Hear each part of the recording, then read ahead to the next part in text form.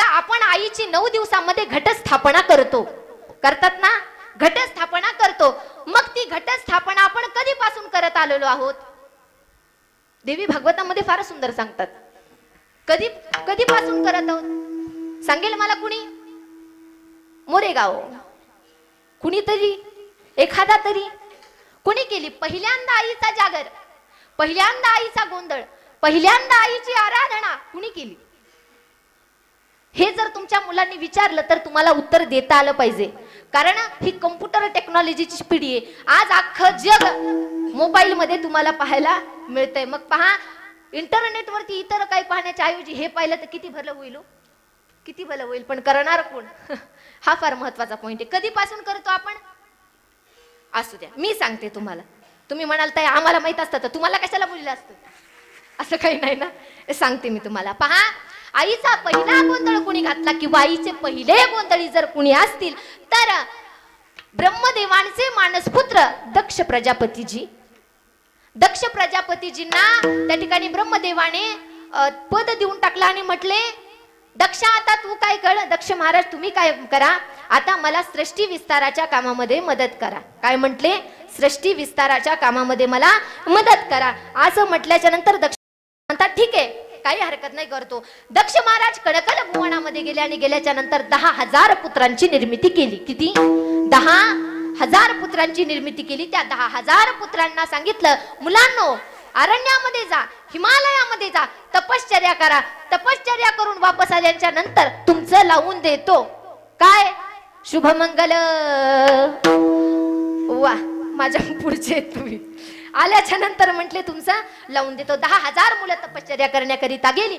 तपश्चर्या पूर्ण झाली. मुलं परत येत असताना अर्ध्या वाटामध्ये त्यांना भजनाचा आवाज कानावरती आला. काय भजन आला असेल कानावरती? हरी नारायणा रमा रमणा, नारायणा रमा रमणा, नारायणा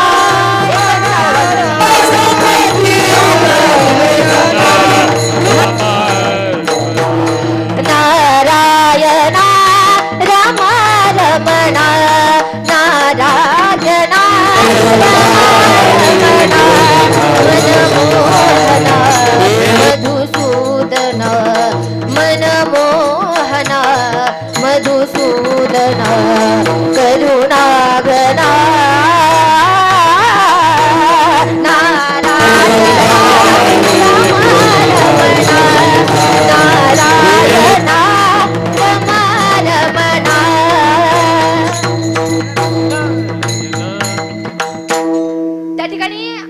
कानावरती त्या मुलांच्या आवाज आला की नारायणा रमा रमणा, मनमोहना मधुसूदना, करुणागणा,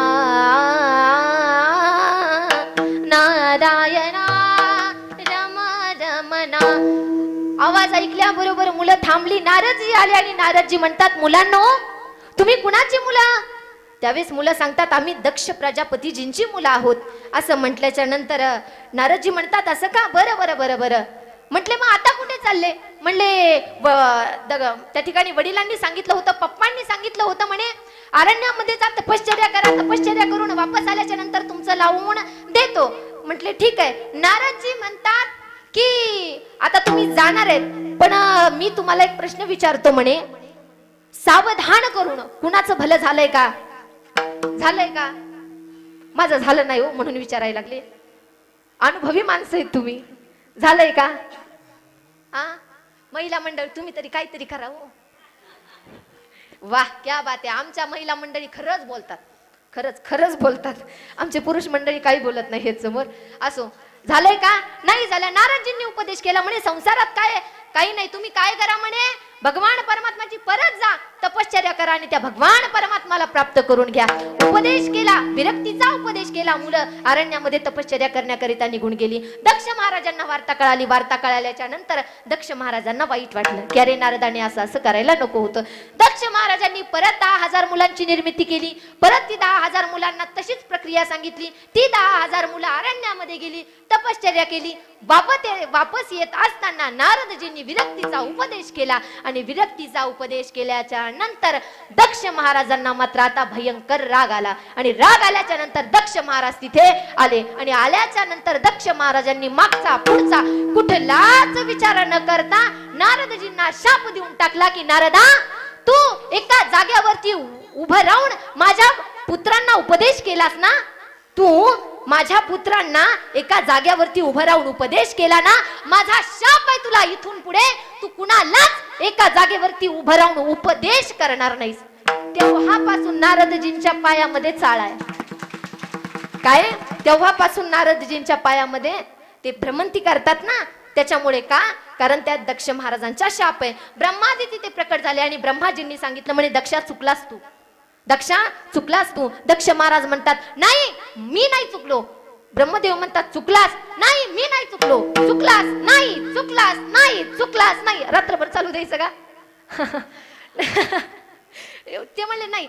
मग दक्ष महाराज म्हणतात बरं चुकलो तर मग काय चुकलं? ब्रह्मदेव म्हणतात जरा आवाज खाली कर मग सांगतो. ब्रह्मदेव म्हणतात दक्षा, तुझ्या 20,000 मुलांची निर्मिती केली होतीस ना, ती धड मुलंही नव्हती आणि धड मुलीही नव्हत्या, ती किन्नर जात होती. अरे संतांनी तुला महान पापातून वाचवलंय आणि तू काय केलंयस? तू संतांनाच शाप देऊन टाकलास. असं म्हटल्याबरोबर दक्ष महाराजांना खिन्न वाटली, लाजिरवाणे झाले दक्ष महाराज. आणि दक्ष महाराज नंतर म्हणतात पिताश्री, आता काहीतरी मला तुम्ही उपशाप द्या की या पापातून मी उतराई होऊ शकेल. असं म्हटल्याबरोबर ब्रह्मदेव म्हणतात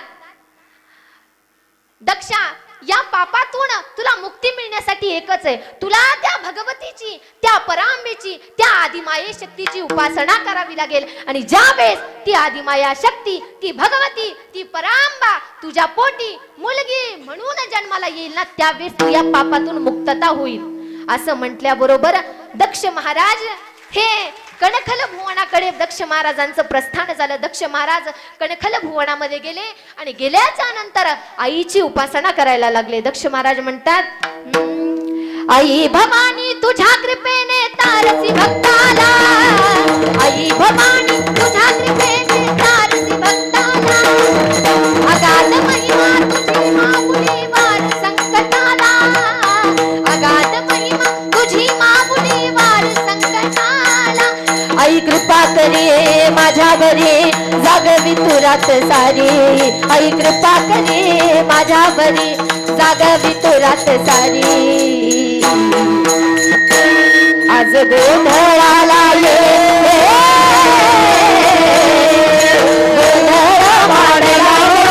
गोंधळ वाढला,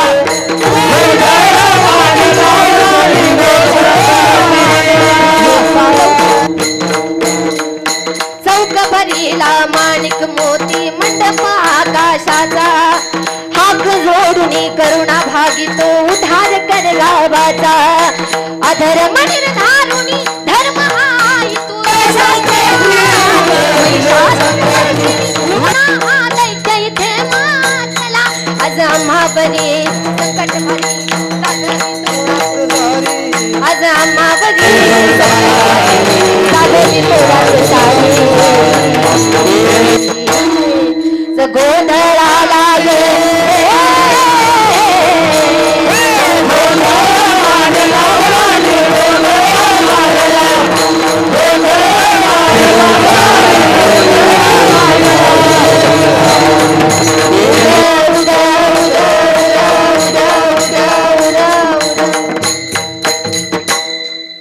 त्या ठिकाणी दक्ष महाराजांनी आईची उपासना केली की आई गिरी नंदिनी नंदित मेदिनी विश्व विनोदिनी नंदनुते गिरिवर मर्दिनी सुरवर दर्शिनी हर्षलते.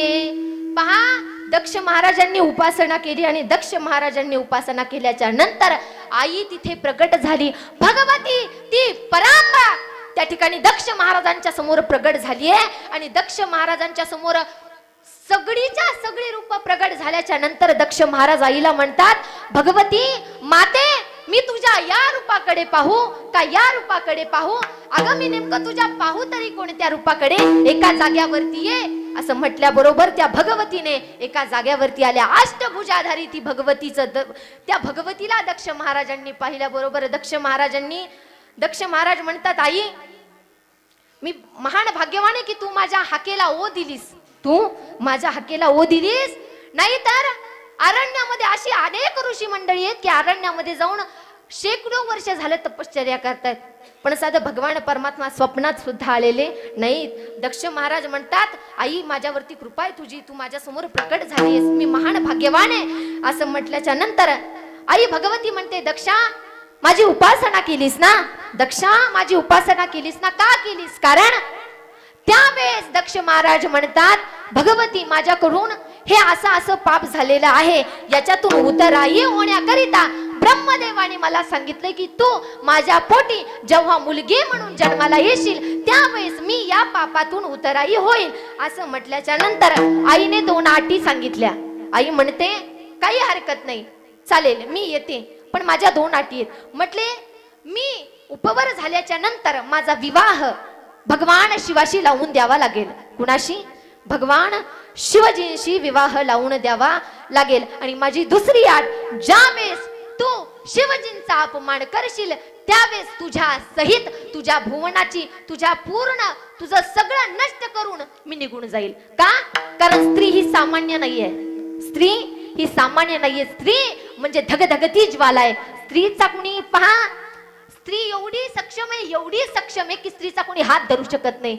अहो विचार करा, ज्या वेळेस ती स्त्री तुमच्या घरामध्ये लक्ष्मी म्हणून येते त्यावेळेस ती तुम्हाला लक्ष्मी देते, लक्ष्मीचं वरदान देते. अहो तुम्हाला जर वाटलं इस्त्रीचे कपडे घालावे, चांगलं लक्झुरी लाईफ जगावी, त्यासाठी काय लागतो? पैसा लागतो. अहो लक्ष्मीच्या शिवाय तुम्ही अधुरे काय नवले हो? लक्ष्मीच्या शिवाय तुम्ही आम्ही अधुरे काय नवले? अहो लक्ष्मी जर नसेल तर देवाला किंमत राहत नाही. लक्ष्मी नसेल ना तर देवाला सुद्धा किंमत राहत नाही. याचं उदाहरण जर पाहायचं झालं तर तुम्हाला बालाजीला पाहायला मिळेल. काहीच नव्हतं. एकाचा डोंगर, दुसऱ्याच्या मोहरा, लग्न झालं, सगळं झालं. म्हणून पूर्ण कथा सांगायला काही मला वेळ नाही, पण म्हणून याचं कारण तुम्हाला 2 मिनिटांमध्ये सांगून जाईल. एवढं कर्ज अजून भगवान परमात्मा वरती आहे की अजून सुद्धा तुम्ही बालाजीला गेल्याच्या नंतर तुम्हाला तुमची सर्वात प्रिय असणारी वस्तू तिथे दान करावी लागते. माणसाला सगळ्यात काय प्रिय आहे? पैसा. मला माहितीये पैसा प्रिय आहेच माणसाला. पैशासाठी काय काय होतंय पाहतच आहे. मी म्हणत नाही, माझं असं अजिबात म्हणणं नाही की पैसा कमवू नये.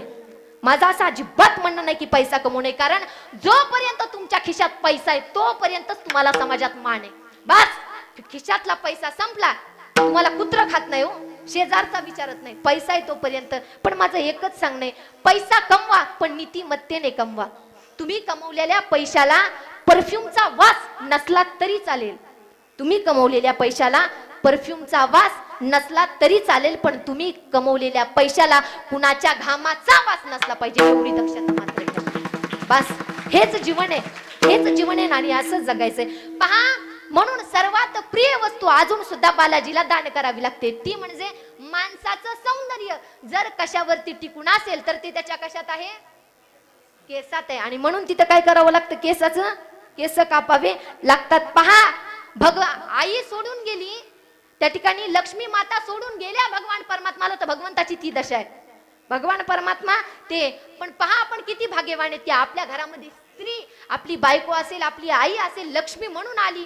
आपल्याला तिने काय केलं? लक्ष्मी दिली. अहो ज्यावेळेस तीच भगवती आपल्या घरामध्ये अन्नपूर्णा येते ना, अन्नपूर्णा म्हणून येते ना, त्यावेळेस तीच भगवती आपल्या पोटातली आग शांत करते. अहो तीच भगवती ज्या वेळेस रेणुका म्हणून आपल्यामध्ये येते ना, त्यावेळेस ती भगवती आपली रोगराई नष्ट करते. किती अनन्य साधारण उपकार आहेत भगवतीच्या आपल्यावरती की आपण कधीच त्या उपकारातून उतराई होऊ शकत नाही. पहा, भगवतीचे एवढे उपकार आहेत की अनन्य साधारण उपकार आहेत. आपण त्या उपकारातून कधीच उतराई होऊ शकत नाही, कधीच उतराई होऊ शकत नाही. आणि म्हणून आज आपण कुठेतरी आमच्या हातून आईची सेवा घडली पाहिजे म्हणून आपण करत असलेला हा गोंधळ. आता जर तुम्हाला कुणी विचारलं की आईचा पहिला गोंधळ कुणी घातला, तर कुणी घातला?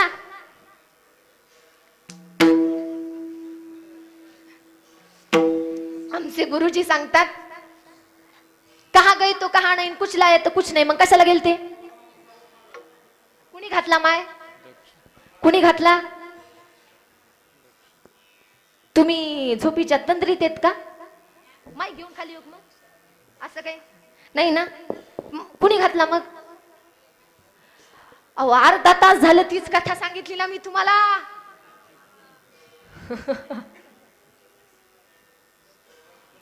वा, कुणी सांगितलं? मला खालून आवाज येऊ द्या. एक तरी सांगा ग, एक तरी.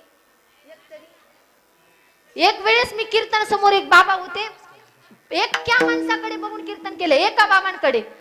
प्रत्येक शब्दाला हो नाही हो नाही हो नाही, प्रत्येक शब्दाकडे त्यांच्याकडे पाहून मी कीर्तन केलं. शेवटला त्या ठिकाणी मी आयोजक मंडळीला म्हणलं कुणाची ओळख करून द्या, नाहीतर नका करून देऊ, पण जे समोर बसलेले होते ना त्यांची ओळख मात्र करून द्या म्हटलं. काय म्हटलं? ते काय ध्यान देऊन आणि काय चित्त देऊन कीर्तन ऐकलंय म्हटलं. त्यांनी कीर्तन ऐकावं तर त्यांच्यासारखं. ते आयोजक मंडळी म्हटले, ते का भैर आहे? ते कसं म्हटले? असं काही आहे का? पहा, आईचा पहिला जागर, आईचा पहिला गोंधळ जर कुणी घातला असेल तर तो गोंधळ, तो जागर दक्ष प्रजापतीजींनी घातला. कुणी घातला? मोठ्याने कुणी घातला? झोपल्या का? तुम्ही सांगा, कुणी घातला? क्या बात आहे. दक्ष महाराजांनी आईचा पहिला गोंधळ घातला आणि आईचे पहिले गोंधळी कोण झाले? दक्ष महाराज झाले. विठ्ठल विठ्ठल.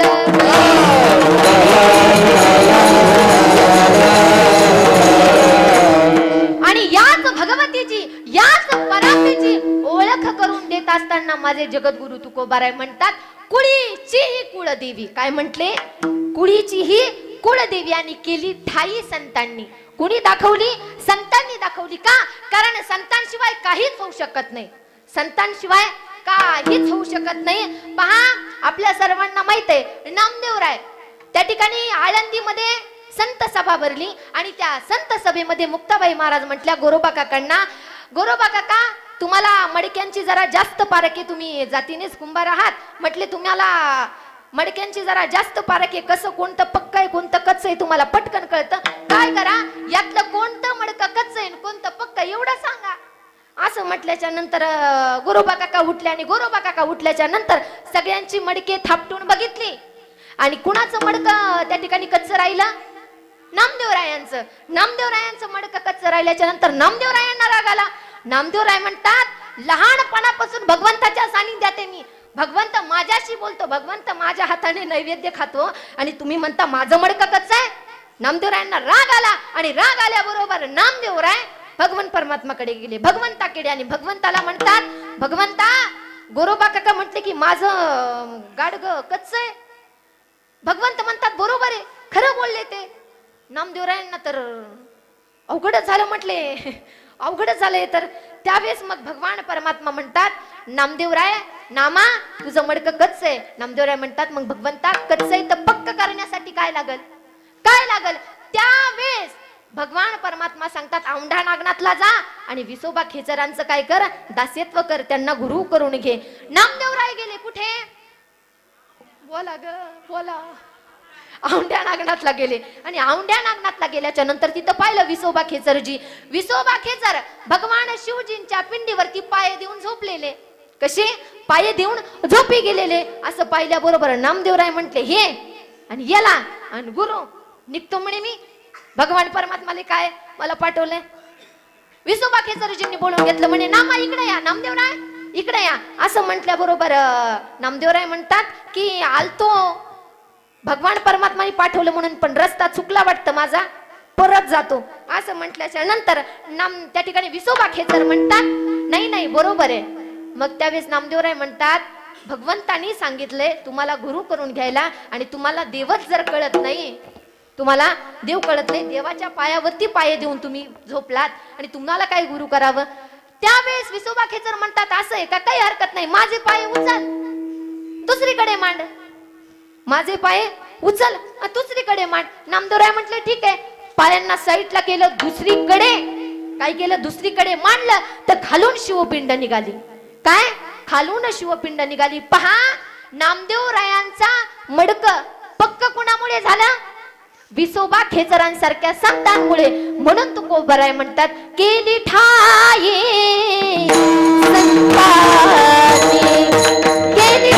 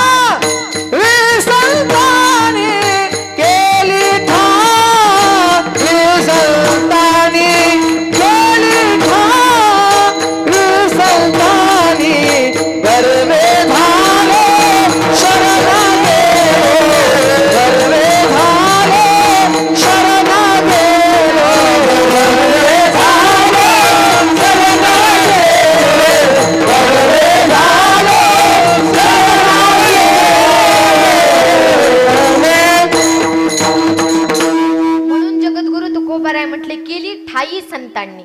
काय देव कळतो पण कुणामुळे कळतो, संतांमुळे कळतो.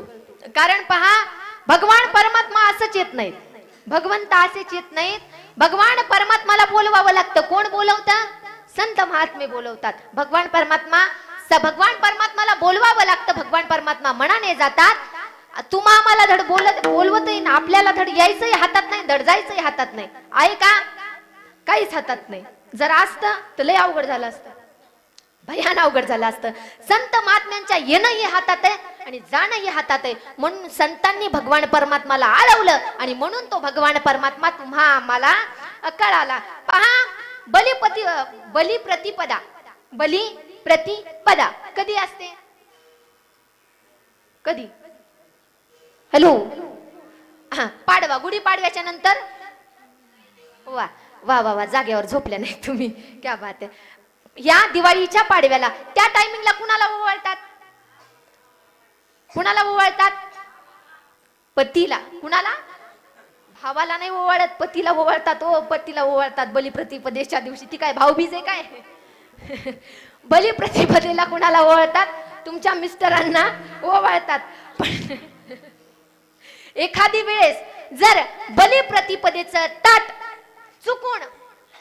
चुकून जर त्यांच्या जागेवर दुसऱ्याला गेलं तर जमल का, नाही. रक्षाबंधनला जमल, सख्या भावाचं दुसरं, जास्तीत जास्त काय होईल, 4-5 भाऊ जास्त होतील.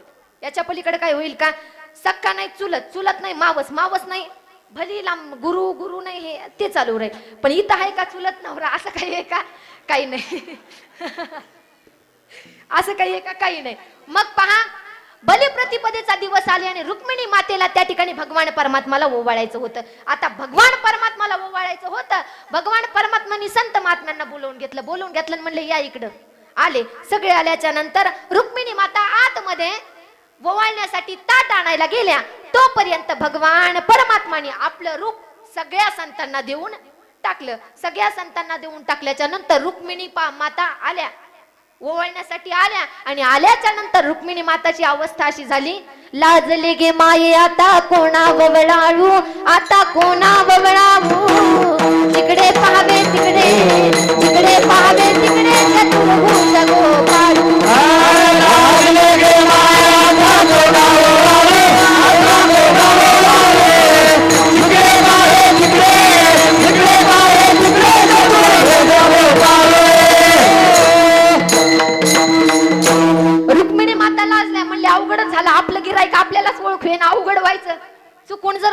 केलं तर खूप खूप कठीण व्हायचं. नामदेवराय थोडा उशीर झाला नामदेवरायांना यायला, आणि नामदेवरायांना उशीर झाल्याबरोबर नामदेवराय म्हणतात अरे बाप रे बाप. त्यावेळेस रुक्मिणी माता म्हणतात नामदेवा काहीतरी करा, जर चुकलं ना तर अवघड होऊन जायचं. नामदेवराय म्हणतात बरं बरं मातोश्री करतो करतो काहीतरी करतो. आज सगळ्यांचं सारखंच होतं, सगळ्यांचं रूप सारखंच होतं, फक्त मिस्टेक एक झालती, कन्फ्युजन एक झालती की जे भृगु ऋषींनी भगवान परमात्माच्या छातीवरती जी लाथ मारली होती ती लाथ फक्त आणि फक्त भगवान परमात्माच्या छातीवरती होती, दुसऱ्यांच्या होती का नव्हती. मग आता हे कुणाला कळालं? फक्त नामदेवरायांना कळालं. आणि नामदेवरायांना कळाल्या बरोबर नामदेवराय म्हणतात आई साहेब पुढचं गिराईक आपलंय, भगवंत कोण आहेत म्हणे ते जा. पण रुक्मिणी मातेला धाकधूक आता चुकलं तर करावं काय, चुकलं तर करावं काय. गेल्या आणि गेल्याच्या नंतर तिथं भगवान परमात्माला ओवाळलं. त्यावेळेस हे सांगण्याचा अट्टहास हाच की रुक्मिणी मातेला सुद्धा भगवान परमात्मा कळण्यासाठी संतांची ठाई घ्यावी लागली. केली ठाई संतांनी. मला हे सांगायचं तुम्हाला की संतांच्या शिवाय काहीच होत नाही, म्हणून वेदांनी सुद्धा हार उंच करून सांगितलेत संता विना प्राप्ती नाही.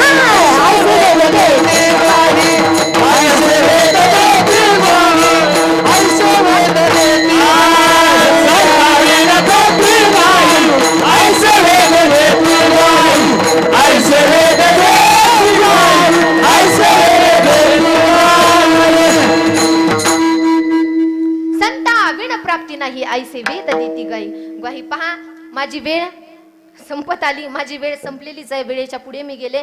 असो सर्वच अभंगाचा अर्थ काही तुमच्या समोर मांडता आला नाही. एका चरणाचं विस्तृत चिंतन तुमच्या समोर केलेलं आहे. चुकला असेल तर माझ्या अल्पबुद्धीचे दोष म्हणून मला समजून घ्यावं. तुमचे फक्त 10 ते 15 मिनिट घेणार आहे. पहा हा अखंड हरिनाम सप्ताह कशासाठी माहितीये? माणसाने माणसाशी माणसासारखं वागलं पाहिजे. बस माणसाने माणसाशी माणसासारखं वागलं पाहिजे. हीच भगवान, हेच खरं आहे. बाकी काही आहे का? कारण माणूस घेऊन बी काही येत नाही, जाऊन बी काही येत नाही. घेऊन पण काही जात नाही, काहीच घेत नाही. मला कळत नाही मग माणसाला घमंड कशाचा आहे नेमकं माणूस एवढा घमंड करतो कशावरती? ज्या शरीरावरती घमंड करतो ते शरीर सुद्धा आपलं नाही. ते शरीर सुद्धा कुठं जाणार आहे? शरीराची होय माती, शरीराची होय माती, कोणी न येती सांगात, कोणी न येती सांगाती, कोणी न येती सांगाती, शरीराची होय माती, शरीराची होय माती. शरीराची काय होणार आहे? मातीच होणार आहे. म्हणून माणसाने माणसासारखं वागावं हीच आमुची प्रार्थनाण, हेच आमुचे मागणे. माणसाने माणसाशी माणसा सम वागणे. धर्म जाती प्रांत भाषा द्वेष सारे संपू दे. एक निष्ठा एक आशा एक रंगे रंगू दे. अन कुणा पसरो मनावर शुद्धतेचे चांदणे. माणसाने माणसाशी माणसा सम वागणे.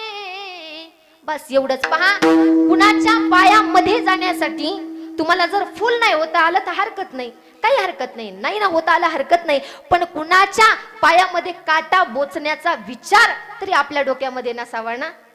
भला किसी का करना सको तो बुरा किसी का मत करना. पुष्प नहीं बन सकते तो तुम काटे बन कर मत रहना. बस एवढं तरी जीवनामध्ये केलं पाहिजे ना. पहा जीवनामध्ये काही करा नाहीतर नका करू. पहा आज युग 28 विटेवरी उभा तो पंढरीचा पांडुरंग भगवान परमात्मा विटेवरती उभा आणि कटेवरती हात देऊन जर कुणामुळे असेल तर तो भक्त पुंडलिक रायांमुळे. कुणामुळे? पुंडलिक रायांमुळे. मला सांगा